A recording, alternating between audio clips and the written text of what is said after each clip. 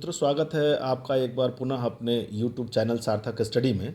जहां आज का हमारा एक बहुत ही महत्वपूर्ण टॉपिक है जो विद्यार्थियों के दिमाग में अक्सर कन्फ्यूजन बना रहता है, और वो टॉपिक है सांविधिक और संवैधानिक निकाय में प्रमुख अंतर क्या है। मुझे ऐसा लगता है कि आज यह आर्टिकल देखने के बाद आपके दिमाग में बिल्कुल क्लियर हो जाएगा कि सांविधिक निकाय क्या होता है और संवैधानिक निकाय क्या होता है।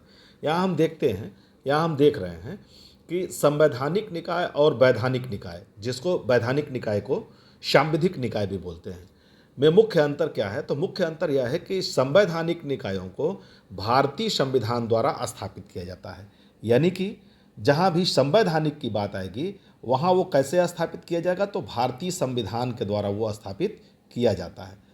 ये देखिए यहाँ पे है। जबकि जो वैधानिक निकाय है उसको कैसे करते हैं, वैधानिक निकायों को जब करना होता है तो संसद या राज्य विधानमंडल द्वारा बनाए गए कानूनों के माध्यम से इसको स्थापित किया जाता है। संवैधानिक निकाय जो अपनी शक्तियां प्राप्त करता है वो शक्तियां सीधे सीधे किससे प्राप्त करता है, तो वो संविधान से प्राप्त करता है। जबकि वैधानिक निकाय अपनी शक्तियां कहाँ से प्राप्त करेगा, तो वैधानिक निकाय जो होगा ये अपनी शक्तियां कानून से प्राप्त करते हैं। अब प्रमुख अंतर क्या है, वो संविधान से प्राप्त करते हैं और ये अपनी शक्तियां किससे प्राप्त करते हैं, संसद से प्राप्त करते हैं। कानून तो दोनों ही है, तो यहाँ एक थोड़ी सी कन्फ्यूजन की स्थिति बनती है। लेकिन जब आप आगे देखेंगे, संवैधानिक निकाय संविधान द्वारा स्थापित अपनी शक्तियाँ सीधे संविधान से, संक्षेप में संविधान में उल्लिखित है, जिससे उनका अस्तित्व और अधिकार क्या होता है, मजबूत होता है। ठीक है। संविधान में संशोधन करके, जो मुख्य पॉइंट है वो क्या है कि संविधान में संशोधन करके ही उन्हें बदला जा सकता है। आप जानते हैं संविधान संशोधन की एक प्रक्रिया है जो थोड़ी सी जटिल है। जबकि जो वैधानिक निकाय है या सांविधिक निकाय है उसमें संशोधन नहीं करना है, बल्कि उसकी जगह क्या करना है, नए कानून बना देने हैं। वो कानून जब उसकी जगह दूसरे नए कानून आ जाएंगे तो वो कानून स्वतः ही वहाँ से हट जाता है, अप्रभावी हो जाता है। उदाहरण के लिए संवैधानिक निकायों को हम देख सकते हैं, जैसे भारतीय चुनाव आयोग हो गया। ठीक है।